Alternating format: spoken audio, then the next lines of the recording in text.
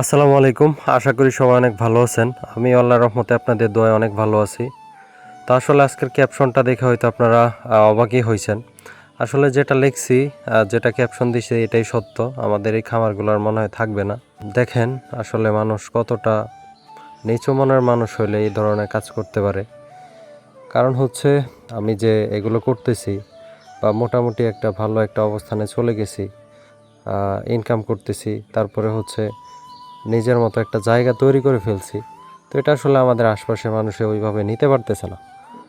তো এর জন্যে আসলে আমাদের বাড়ির বা মোটামুটি এই মানে ভিটার পানিটা যে দিক দিয়ে বের হইতো, বর্ষার পানি, ওইটা সূত্রামি করে আমাদের প্রতিবেশী বন্ধ করে দেয়। তো এরপর থেকে মূলত হচ্ছে আমাদের যত খামার আছে সবগুলোতেই কিন্তু সমস্যা দেখা দেয়। এখানে দেখেন পানি আটকে একেবারে জলাবদ্ধতার শিকার হয়ে গেছে।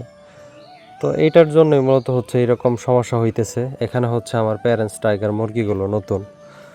তো আসলে পানিবাহিত যে কোনো মুহূর্তে রোগ হইতে পারে, আল্লাহ না করুক, বিশাল একটা বিপদ হইতে পারে। তো জানি না আসলে আল্লাহ কপালে কী রাখছে। তো আজকের এইটা নিয়ে বিস্তারিত একটা ভিডিও আসবে, আপনারা দেখবেন আশা করি। আর কি থেকে কি হয়েছে বিস্তারিত ভিডিও আমি লং ভিডিওতে তুলে ধরার চেষ্টা করব। তো ভালো থাকবেন সবাই। আসসালামু আলাইকুম, আল্লাহ হাফেজ।